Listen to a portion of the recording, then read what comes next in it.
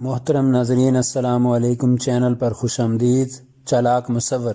یہ گزرے زمانے کی بات ہے جب بادشاہ اور راجہ ہوا کرتے تھے۔ ایک راجہ تھا جس کی صرف ایک ٹانگ تھی اور ایک آنکھ تھی، لیکن اس کی حکومت میں تمام رعایا خوشحال تھی کیونکہ راجہ نہایت ذہین اور سخت مزاج تھا۔ اس کے فیصلے سخت لیکن بلائی کے حق میں ہوا کرتے تھے۔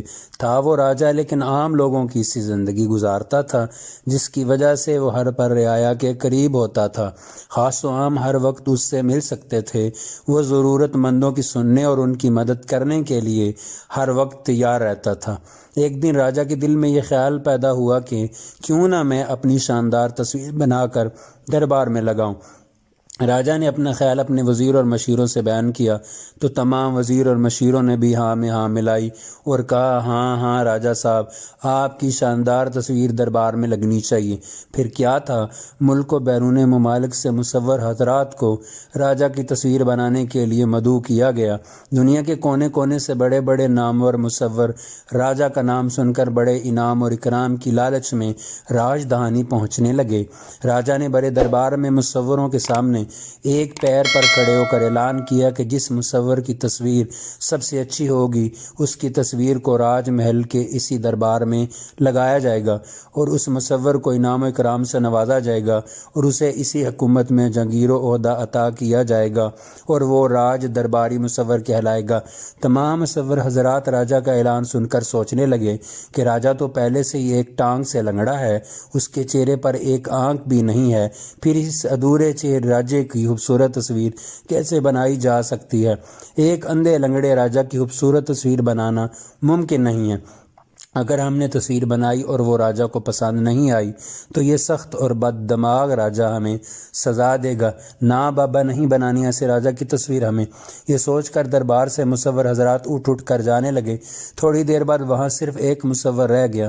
وہ اپنی جگہ سے اٹھ کر راجہ کے سامنے جا کر کھڑا ہو گیا اور راجہ کو سر سے پیر تک دیکھنے کے بعد مسکرایا اور بولا، مہاراج، میں آپ کی خوبصورت تصویر بناؤں گا۔ مجھے یقین ہے میری بنائی گی تصویر آپ کو بےحد پسند آئے گی اور اس عالی شان دربار کی دیوار کی زینت بنے گی۔ مہاراج، میرے رہنے کھانے پینے کا انتظام کروا دیں اور ایک بڑا سا کمرہ مجھے دے دیں جہاں میں مہاراج کی تصویر بنانے کی کوشش اطمینان سے کر سکوں۔ راجہ مصور کی بات سن کر اور اس کا حوصلہ دیکھ کر بہت خوش ہوا۔ حکم جاری کر دیا کہ مصور کے محل میں ٹھہرنے کا انتظام کیا جائے اور ایک بڑا سا کمرہ مصور کو دیا جائے۔ راجہ کے حکم کے مطابق مصور کو ایک بڑا سا کمرہ دے دیا گیا اور اس کے محل میں ٹھہرنے اور کھانے پینے کا انتظام کر دیا گیا۔ مصور دن رات محنت سے راجہ کی تصویر بنانے میں مصروف ہو گیا۔ چند دنوں بعد جب تصویر بن کر تیار ہو گئی تو مصور نے راجہ کو جا کر بتایا کہ مہاراج، تصویر بن کر تیار ہو گئی ہے، آپ دربار لگائیں۔ میں تصویر کی نقاب کشائی دربار میں کرنا چاہتا ہوں تاکہ آپ کے وزیر، جاگیردار، نواب اور تمام مصور ایک ساتھ میری بنائی ہوئی آپ کی تصویر کو دیکھ سکیں۔ راجہ کے حکم سے دربار لگایا گیا۔ دربار کھچا کھچ بھرا تھا۔ سب کی نظریں نقاب کے اندر چھپی راجہ کی تصویر دیکھنے کے لیے بے تاب تھی۔ مصور نے راجہ سے اجازت لی اور تصویر سے نقاب ہٹائی تو دربار میں موجود ہر شخص نے دانتوں تلے انگلی دبائی۔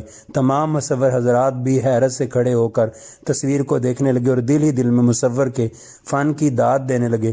راجہ بھی اپنی خوبصورت اور عالی شان تصویر کو دیکھ کر باغ ہو گیا۔ راجہ نے آگے بڑھ کر مصور کو گلے سے لگایا۔ مصور نے جو شاندار تصویر بنائی تھی وہ کچھ اس طرح تھی کہ راجہ ایک پیر موڑ کر زمین پر بیٹھا ہے، دونوں ہاتھوں میں اس زمانے کی وزندار بندوق ہے، راجہ کی ایک آنکھ بند ہے اور سامنے شیر ہے، راجہ شیر کو اپنا نشانہ بنا رہا ہے۔ راجہ یہ دیکھ کر بہت خوش ہوا کہ مصور نے کس خوبصورتی سے اس کے تمام عیبوں کو ہنر میں بدل کر شاندار تصویر بنائی ہے۔ راجہ نے وعدے کے مطابق مصور کو انعام کرام کے علاوہ جاگیر بھی عطا کی اور اسے دربار میں اعلیٰ مقام بھی عطا کیا۔ کہانی سے سبق ملتا ہے، اگر انسان عقل سے کام لے تو دنیا میں کوئی کام بھی ناممکن نہیں ہے۔ مصور نے عقل سے کام لیا، شاندار تصویر بنائی اور شاہانہ زندگی گزارنے لگا۔